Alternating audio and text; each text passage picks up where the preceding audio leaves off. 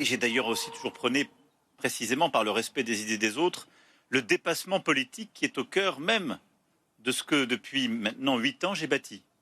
Permettre, au-delà de faire vivre le pluralisme dans le champ politique français, d'aider même des femmes et des hommes qui n'ont pas forcément les mêmes idées à bâtir ensemble. J'ai eu l'occasion à 2 reprises de défendre mes idées dans un cadre pluraliste, celui d'une élection présidentielle. Ce que je rappelais simplement à certains de vos confrères, c'est que ce n'est pas moi qui ai choisi un adversaire qui est l'extrême droite. Ce sont les Français qui me l'ont donné à 2 reprises au 2e tour de l'élection présidentielle. Je ne suis pas candidat aux élections européennes.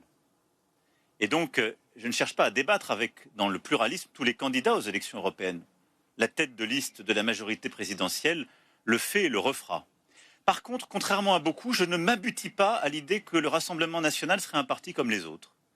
Et donc, quand il est placé en tête des sondages, je considère que ce parti, qui par ses idées menace l'Europe, précisément parce qu'il est anti-européen par construction et nationalisme, eh bien c'est la responsabilité du président de la République de lever ces ambiguïtés. C'est dans ce cadre-là que j'ai proposé ce débat, exceptionnel, mais assumé, et strictement dans ce cadre-là.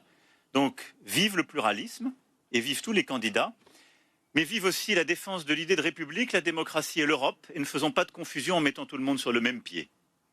C'est la position que j'ai toujours défendue, celle que je continuerai de défendre.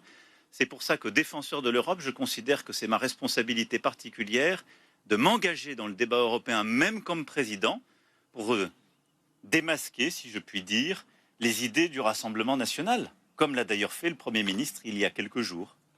Et c'est important.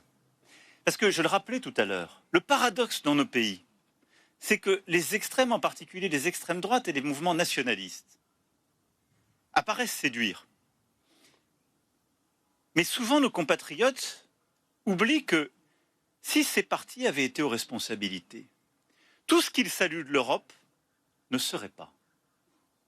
Si le Rassemblement national et ses confrères, la FD ici, et tous les extrêmes avaient été aux manettes pendant les 5 dernières années, pas de vaccin européen, Spoutnik ici, chloroquine ailleurs. Pas de réaction face à la guerre d'agression russe en Ukraine. Soutien à la Russie, abandon de l'Ukraine immédiat. Pas de plan de relance européen, on est nationaliste. Défense chez nous. Pas de pacte d'asile et d'immigration pour nous protéger en frontières communes. Là où la France et l'Allemagne, je le rappelle, n'ont aucun immigré qui arrive sur notre sol par parachute ou par mer. Ils arrivent par d'autres frontières. Et donc il faut de la coopération européenne. Et donc rien de leur discours ne tient et n'aurait juste accru les situations difficiles que nous avons connues, avec les extrêmes droites en Europe, au pouvoir depuis 5 ans, appauvrissement, division, soutien de la Russie, abandon de l'Ukraine, et moins de démocratie. C'était ça le bilan. Et donc on ne peut pas venir plaider, en quelque sorte, un plan, en prenant tous les dividendes de ceux qui ont fait le contraire, en disant « vous savez, ça va bien se passer avec nous ». C'est trop simple. Il faut le démasquer et le débusquer. Voilà.